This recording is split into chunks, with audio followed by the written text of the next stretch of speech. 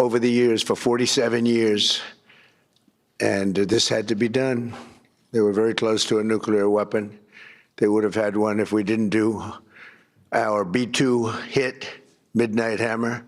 They would have had it 8 months ago. They would have had a nuclear weapon, and, you know, they're crazy, and they would have used it. So we did the world a favor. And they said, well, how are you doing on a scale of 0 to 10? How are you doing with the attack? And I said, about a 15, I would say, with 10 being the best. But it's something that had to be done, and we're doing it well. And I want to thank everybody involved. I'll be going right after this. I'll be leaving for Dover, very sad situation, to greet the families of the heroes coming home from Iran, coming home in a different manner than they thought they'd be coming home. But they're great heroes in our country, and we're going to keep it that way. There's always, when it comes to war, there's always that. But we're going to keep it to a minimum, I think, Pete, and going to be something, a service that we're really providing, not for the Middle East, but for the world. These were sick people, very sick people. This morning, I'm honored to welcome distinguished heads of state from across the Western Hemisphere for the first Shield of the Americas Summit. And it's something very, very special. Marco's been working on it very hard, so have a lot of other people, because it's a very important place for us. It's nice to be home. It's very, very important. You know, we go all over the world, 9,000 miles away, 12,000 miles away. I said, how long is this flight? Sir, this flight is 19 hours. I said, oh, that's great. I said, now I have flights that last for 2 hours. I like that better. Much better. But on this historic day, we come together to announce a brand new military coalition to eradicate the criminal cartels plaguing our region. And you have a lot of it. One of the things when we were talking backstage, you were telling me that the crime, the cartels, and we're knocking the hell out of them where we can. We're going to go heavier. You saw what we were doing with the boats coming in. The boats, there's not a lot of people coming in by boats anymore. We knocked down drugs coming in by sea. Drugs coming in through water is down 96%. We're trying to find out who the other 4% are, because I think they're the bravest people in the world. Either that or they don't watch television, right? They're either very brave or they're not watching. But we're calling this military partnership the America's Counter Cartel Coalition. And that's what you need. You have cartels.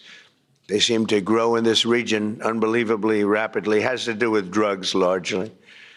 Earlier this week here in Miami, Secretary of War Pete Hegseth, who's right here. Pete, you are fantastic, doing a great job. We're proud of you. And representatives of 17 different nations formally entered this new alliance.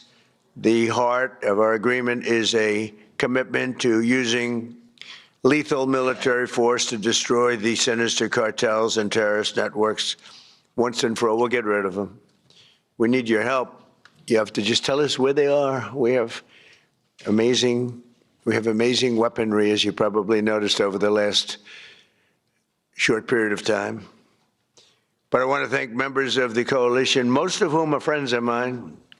Few of them I just met, but most of whom are friends, many of whom I endorsed. And they took that endorsement and they went on to win big. I haven't had a bad endorsement yet, right? Yeah. He says, yes.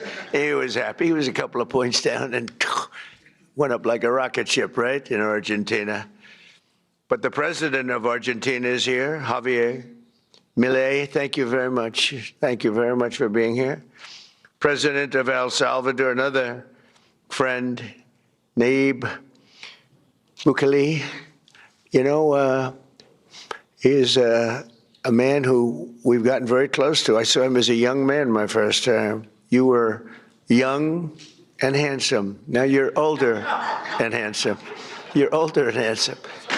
But he runs a good operation. That's all I care about, right?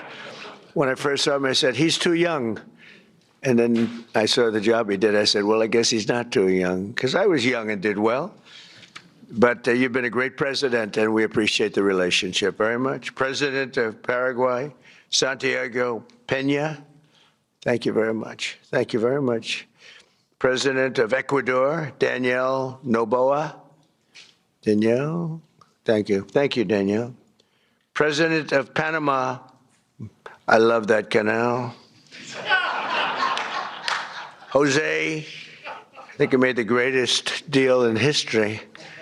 He bought it for $1. One of our brilliant presidents. I can't sleep over that deal.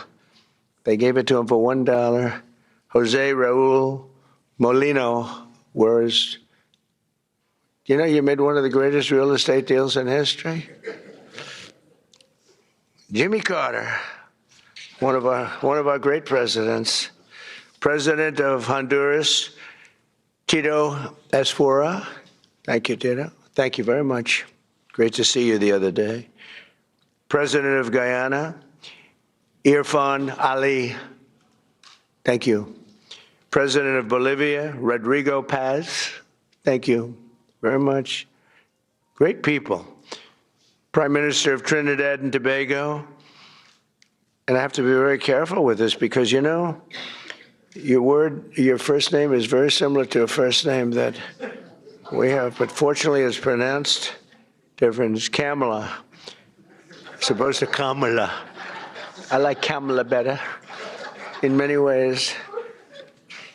And I just want to say thank you very much, but I had to be careful with that first name. I didn't want to get it mixed up because it would ruin your reputation completely.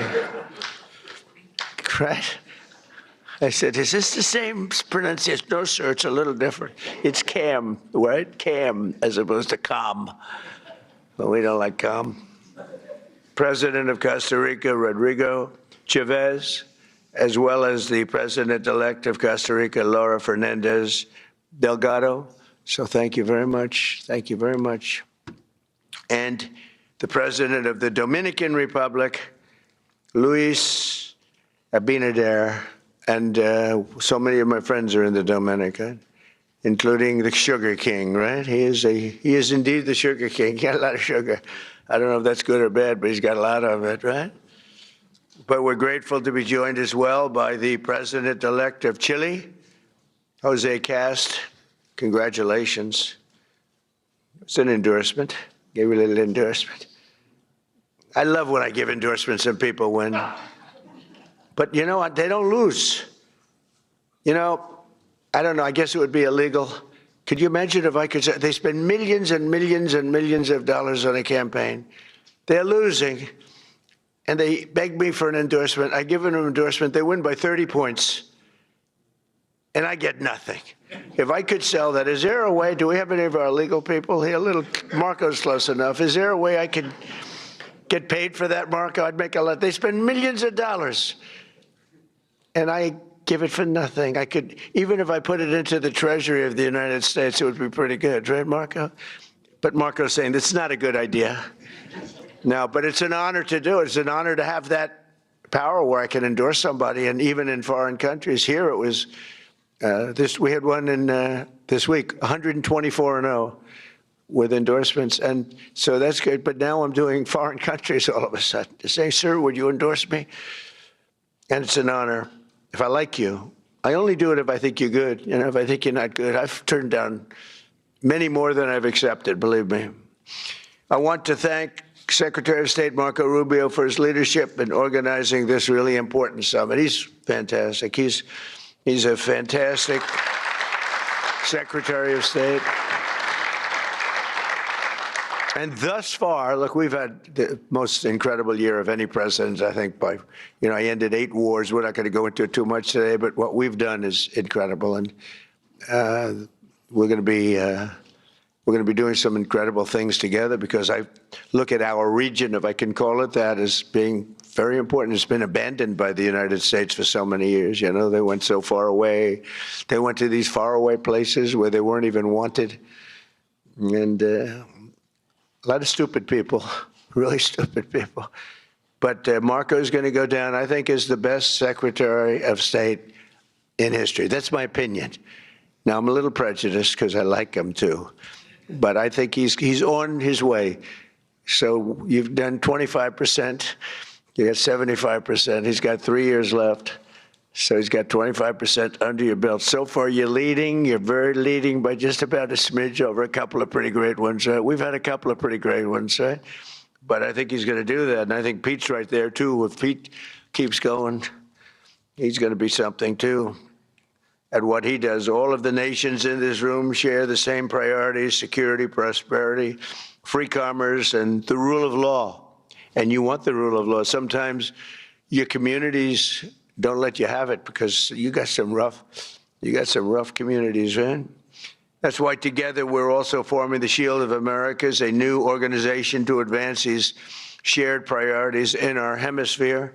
And we're pleased to be joined as well by Secretaries Pete Hegseth, Scott Bessent. Scott, thank you very much, Scott. Oh, it has to be a big deal if you're here. Well, he controls the purse strings of the country.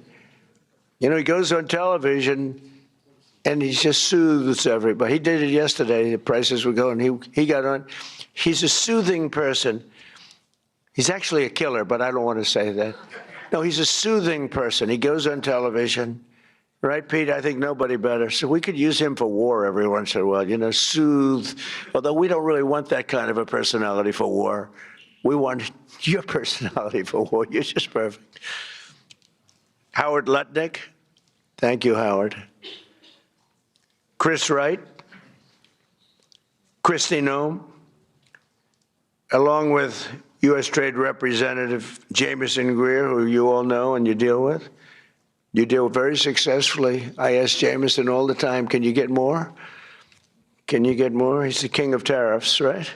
But he's very gentle. We want to be very gentle with our friends, right, Jamieson? Deputy Secretary of State Chris Landau. Chris, where is Chris? I haven't seen Chris. He's fantastic. He was an incredible student. He went to the best schools, and he was #1 in his class at all times. And Marco saw that and saw the talent he's got, and she said, that's the guy I want as a deputy, and I heard you're doing a great job. Thank you very much. Deputy Chief of Staff Stephen Miller. Stephen is, I don't have to tell you anything about Stephen. Everyone knows. There's nothing, Stephen, there's nothing I can say. He's fantastic, that's all I can say. And Senator Bernie Moreno, who's a credible friend of mine, and he ran a great race. He was not given much of a chance. He was running against a person who was there for a long time and was sort of considered a shoo-in, right, Bernie? And we knocked him out. We knocked him out. He's trying to make a comeback, but we took him out. And Bernie's done a great job. For decades, leaders in this region have allowed large swaths of territory in the Western Hemisphere to come under the direct control, and transnational gangs have taken over and they've run areas of your country. We're not going to let that happen. We'll help you. And bloodthirsty cartels that impose their will through murder, torture, extortion, drug trafficking, bribery, and terror. And some of you are in danger. I mean, you're actually in danger. It's hard to believe. But we're working with you to do whatever we have to do. We'll use missiles. If you want us to use a missile, they're extremely accurate. Boom, right into the living room. That's the end of that cartel person. But we'll do whatever you need if you want. A lot of countries don't want to do that. They say, oh, sure, I'd rather not have that. I'd rather not have that. I believe they could be spoken to. I don't think so. Many of them don't want, and that's okay, too. You're going to do your, but if you need help, you're going to let us know, okay? Many of the cartels have developed sophisticated military operations, highly sophisticated. In some cases, they say they're more powerful than the military in the country. We can't have that. These brutal criminal organizations pose an unacceptable threat to national security, and they provide a dangerous gateway for foreign adversaries in our region. And we don't want them near our country either. We don't want them to come in. They're cancer, you know. They're cancer, and we don't want it spreading. We have a very strong border. You know, we have a border now where for 9 months, 0 people have been able to come through. It's hard to believe, actually, because we went from 25 million people coming in over the Sleepy Joe Biden, one of the worst presidents in history of the world. He was the worst president in the history of our country. We've had some pretty bad ones. Recently, we've had some pretty bad ones, but he's the worst. But he would go down as one of the worst in the world. I'm going to up his category now. It's horrible what he did. And what he didn't do was probably worse than what he did. Every leader here today is united in the conviction that we cannot and will not tolerate the lawlessness in our hemisphere any longer. The only way to defeat these enemies is by unleashing the power of our militaries. We have to use our military. You have to use your military. You can't fight these people with, and you have great police. You have some great police, but they threaten your police. They scare your police. You're going to use your military. In many cases, our forces have already been working closely with yours, and the United States looks forward to deepening and expanding that cooperation in the months ahead. And it's so good that we got to know so many of you. I mean, we're so many. And I'd love to get to your countries at some point. Marco loves going to your countries. He's always at one of these countries. He likes your countries the best, okay? You know, where are you? I'm in Chile. Oh, good. How's Chile doing? Good. He likes it. He feels very calm. We all like him, right? It helps. He's got a language. He's got a language advantage over me because I'm not learning your damn language. I don't have time. I was okay with languages, but I'm not going to spend time learning your language. That much I won't do. Just give me a good interpreter. Interpreter, very important. And I know if somebody's good. I may not speak the language, but I know I had an interpreter recently that wasn't good, talking to a very strong person from a different part of the world. And I could tell, even though I don't speak the language, I could tell the interpreter was not good. When you go,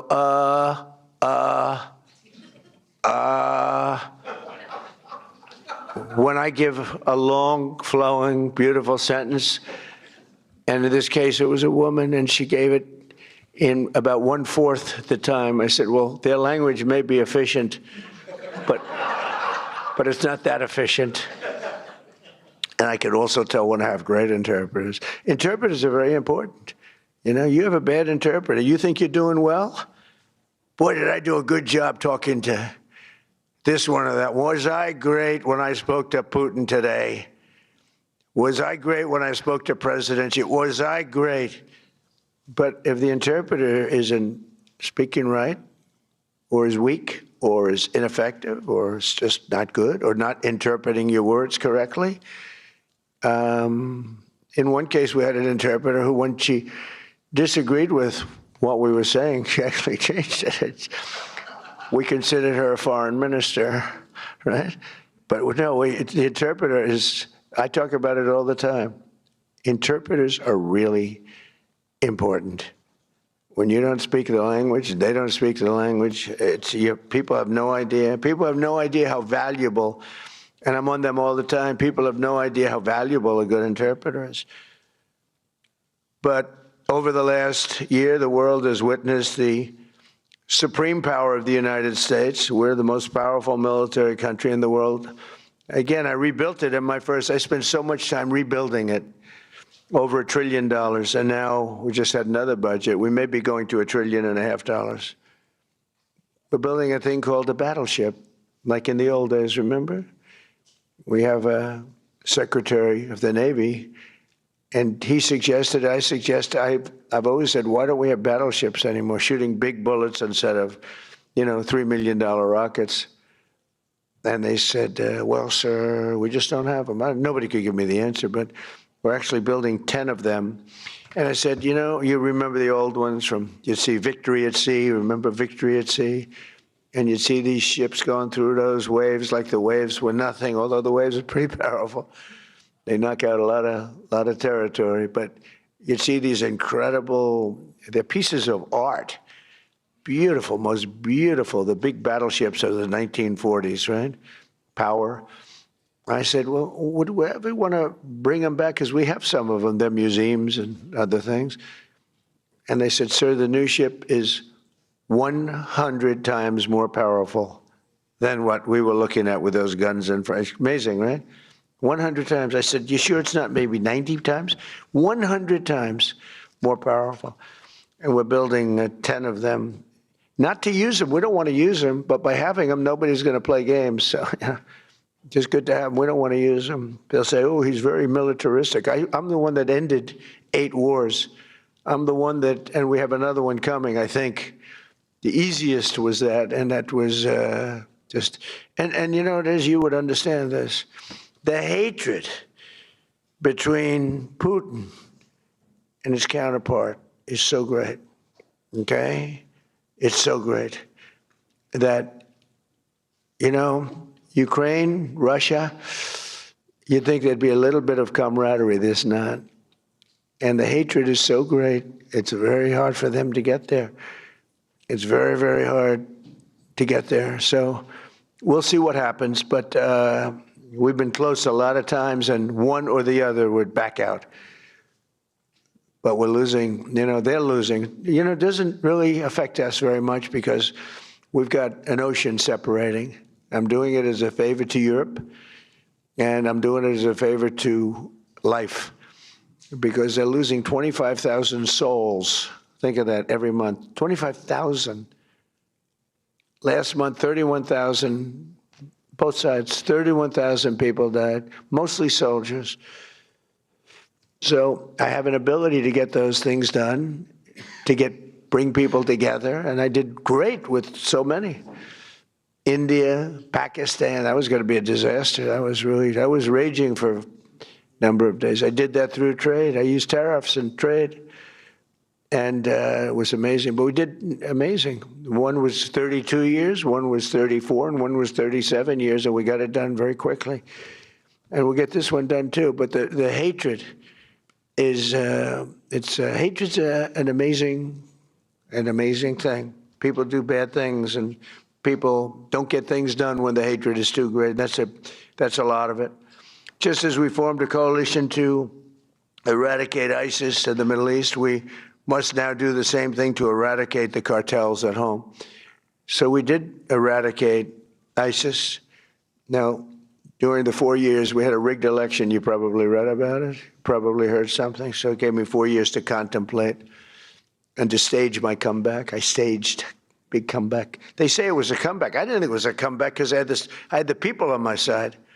So I didn't view it as a comeback, but they did everything possible during that 4 years.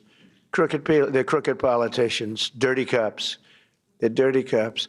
They did everything possible to make it impossible for me to win. And I won in a landslide. But during that period of time, I learned a lot. And I learned how you people, and I saw it so badly, how you're suffering with what's happening with the crime in the region. And I said, if we ever come back, we're going to eradicate that crime. And I'm going to work with you. And if you want, we're going to do it. We can do it pretty easily. As part of our commitment to countering the cartel presence in our region, we must recognize the epicenter of cartel violence is Mexico. The Mexican cartels are fueling and orchestrating much of the bloodshed and chaos in this hemisphere, and the United States government will do whatever is necessary to defend our national security and to protect the safety of the American people. No, look, it's coming through Mexico. And I like the president very much. She's a very good person. She's got a beautiful voice, a beautiful woman, but a beautiful voice. President.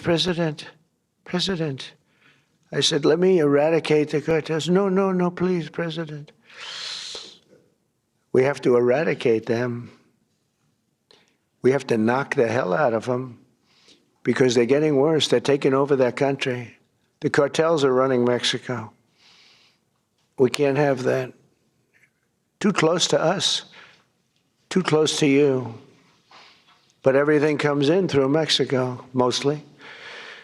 At the same time, all of us must recommit to. You've been listening to President Trump speaking at the Shield of America Summit in Doral, Florida, meeting with Latin American leaders. The White House says it's aimed at bringing together the countries to talk about securing the border and taking on cartels. But he started his remarks speaking about the conflict in Iran. He says the strikes are going very well. His assessment on a scale of 1 to 10, it's a 15. The president saying he wants to keep the war to a minimum and that the conflict is doing a service not only for the Middle East, but also for the world. Today marks 1 week since those strikes began, taking out Iran's supreme leader. Now Iran's president is saying his country will no longer attack neighboring countries unless an attack on Iran originates from those countries. Later today, the president plans to attend a dignified transfer in Dover for the 6 U.S. service members who were killed in this war with Iran. That concludes this breaking news report. We'll have more coverage as news develops on our streaming network, NBC News Now, online at NBCnews.com, and a full wrap-up tomorrow on Today. We used to have a debate about who loved each other more. Mommy! I love you more. No, I love you more. And sometimes I even go to sleep and I still say it. President. He was a divider, great divider. I call him the great divider. But they allowed a lot of people into our country that shouldn't be here, but in particular Biden, because Biden had no idea what he was doing. He had no clue. It was being run by whoever got near the auto pen was running the country. He was the auto pen president, and frankly, they let at least 25 million people come in to our country, some from prisons, some from mental institutions, gang members, the heads of gangs, the mentally insane. I'll tell you, people came in from mental institutions and insane asylums, and we took them. We had an open border policy. It's a policy divided and devised by idiots, but they poured into our country. So we went from the worst border in history to by far the best border. We have the best, strongest border that we've ever had. We have great people that did that job. By securing our border and cracking down on traffickers and smugglers, we've reduced the fentanyl pouring across our border by 67%. This is in our first year, you know. Give me a little more time, we'll do better. 67%, which is a number that's unthinkable. You know, they say if you could do 2%, 1%, but we got it down 67%. And we got a lot of the murderers out. We had 11,888 murderers allowed in our country with this ridiculous open border policy that these eggheads put in. But we're also working closely with you on ending human smuggling and the implementing of the Safe Third Country agreements, which are very important. In January, America's armed forces also ended the reign of one of the biggest cartel kingpins of all, with the Operation Absolute Resolve to bring outlaw dictator Nicolas Maduro to justice in a precision raid that nobody's ever seen anything like it. This was in a very powerful military base, fort. And they went in and they took him out and they got him out, and people couldn't believe it. They couldn't believe it. We were right into the heart and took him out. And it was nasty. It was about 18 minutes of pure violence. And we took him out. We lost nobody. Not one person was lost. Not one aircraft or no military equipment, zero. People have never seen anything like it. And you're talking about into a military base with a lot of soldiers, good soldiers. Since that operation, we've been working closely with the new president of Venezuela, Delcy Rodriguez, who's doing a great job working with us. I mean, she's doing a great job because she's working with us. If she wasn't working with us, I would not say she's doing a great job. In fact, if she wasn't working with us, I'd say she's doing a very poor job.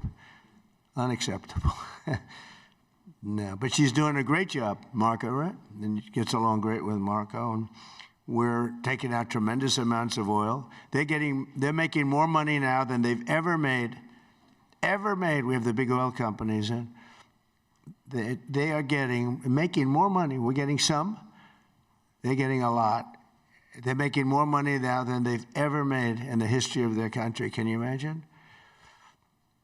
And it's being spent properly, and they're watching it closely. And I'm pleased to say that this week we have formally recognized the Venezuelan government We've actually legally recognized them. We have also just reached a historic gold deal. It's called the gold deal with Venezuela to allow our two countries to work together to facilitate the sale of Venezuelan gold and other minerals. They have great amounts of gold. They have good land. I tell you, very good land. But they weren't able to take advantage. The system didn't allow them to take advantage of the value of their land. As we achieve a historic transformation in Venezuela, we're also looking forward to the great change that will soon be coming to Cuba. Cuba's at the end of the line. They're very much at the end of the line. They have no money, they have no oil, they have a bad philosophy, they have a bad regime that's been bad for a long time. And they used to get the money from Venezuela, they get the oil from Venezuela, but they don't have any money from Venezuela, they don't have any oil, they don't have anything from, people can't even, they land in Cuba, they can't get gasoline to fly out, they have to leave their planes behind. And they want to negotiate, and they are negotiating with Marco and myself and some others. And I would think a deal would be made very easily with Cuba. But for 50 years I've been hearing, as a little boy, I'd be hearing about Cuba. You know, Cuba's a disaster. But I've been hearing so much about Cuba. But Cuba's in its last moments of life, as it was. It'll have a great new life, but it's in its last moments of life the way it is. And but our focus right now is on Iran, and we'll do that. I would say, what will you do? Take about 2 days off, Marco? No, he won't. Maybe an hour. He'll take 1 hour off, and then he'll finish up a deal on Cuba. That'll be an easy one. But it'll be the entire region that we're doing that. Many of you have come today, and they say, I hope you can take care of Cuba, because you've had problems with Cuba, right? You mentioned. I was surprised, but 4 of you said, actually, could you do us a favor? Take care of Cuba. I'll take care of it, okay?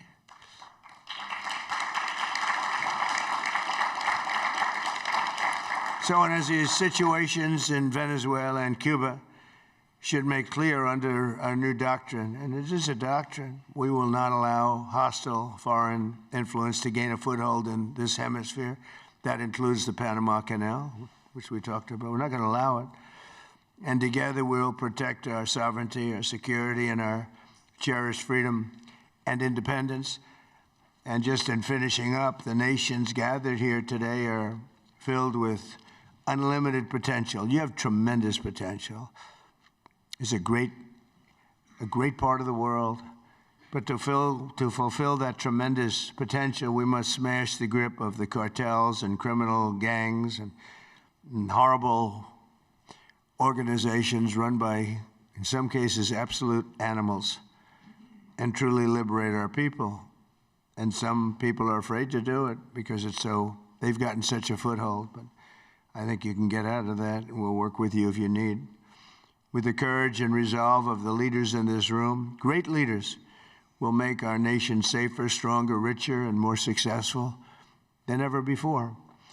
So I want to thank you all very much for coming. I look forward to the incredible progress that's soon to come. You're going to see some incredible things. And now I'd like to ask Secretary Rubio and Secretary Hegseth to say a few words, and then I'll sign a proclamation formally launching the America's Counter Cartel Coalition, which is what it is. It's a counter cartel coalition. And thank you all for being here very much. Appreciate it. Thank you.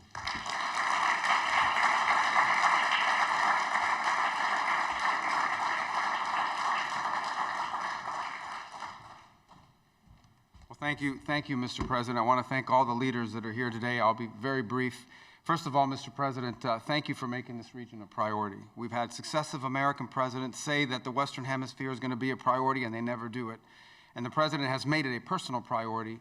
He's also a president of action. It's why I believe he will go down as the most historic figure, one of the most historic figures in American history, and certainly of the last 100 years, because of what he has been able to do and is doing right now with the Western Hemisphere. Thank you for your bold leadership. It's an honor to be able to serve in your administration. And Mr. President, 2 points I want to make. The first is we have a lot of allies around the world. And we are grateful for our allies. And the countries represented here today, all 12 of the leaders here, are allies. But they're more than allies. They're friends. At a time when we have learned that oftentimes an ally, when you need them, maybe may not be there for you, these are countries that have been there for us, and these are leaders that are not just allies, they are friends. And they are always willing to work and cooperate with the United States. And we're grateful to them.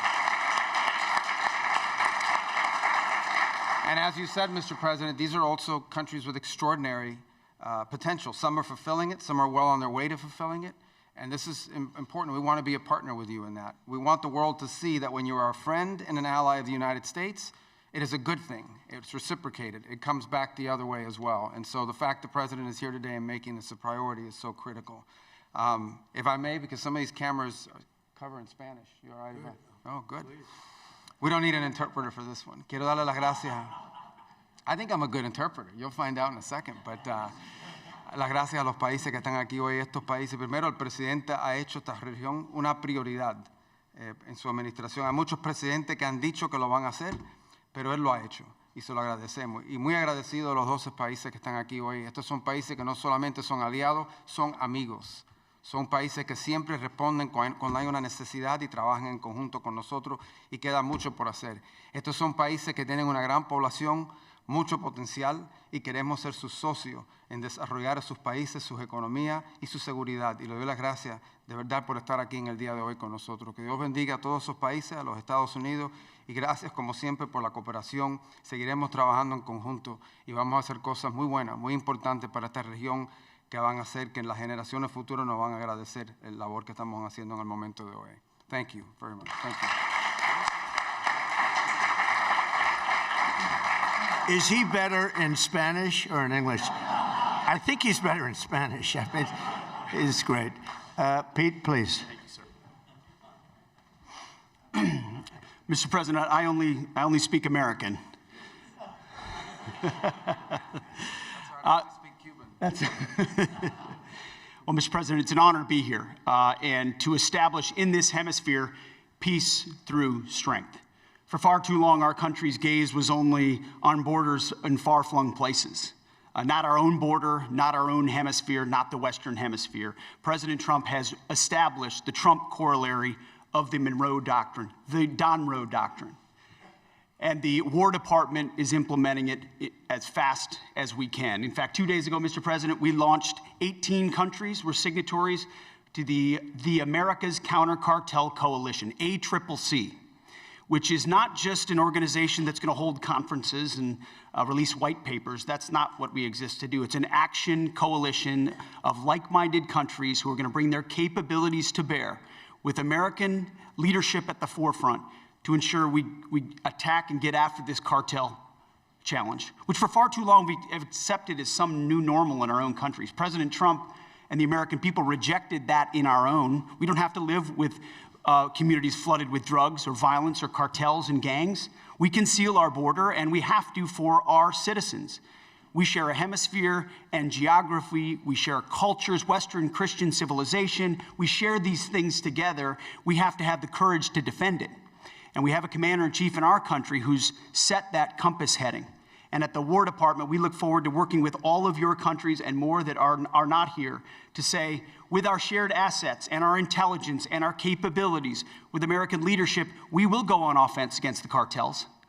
They will know that we're just around the corner. Whether it's drug boats or on land, the America's Counter Cartel Coalition, the ACCC, will be a force for good, for peace through strength in this hemisphere. We look forward to working with your great countries. Thank you very much. Thank you, Mr. President.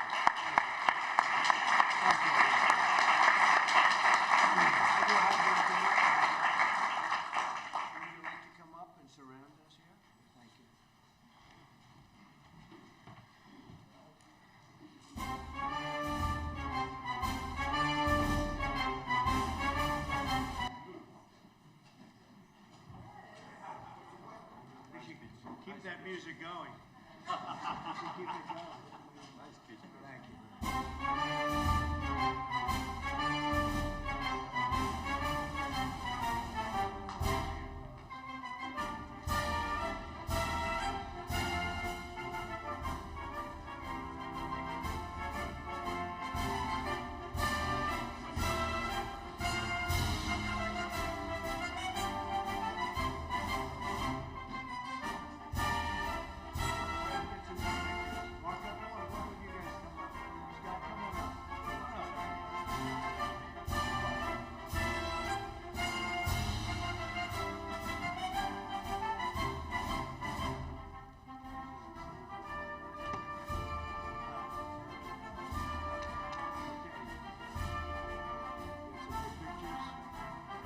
Leo.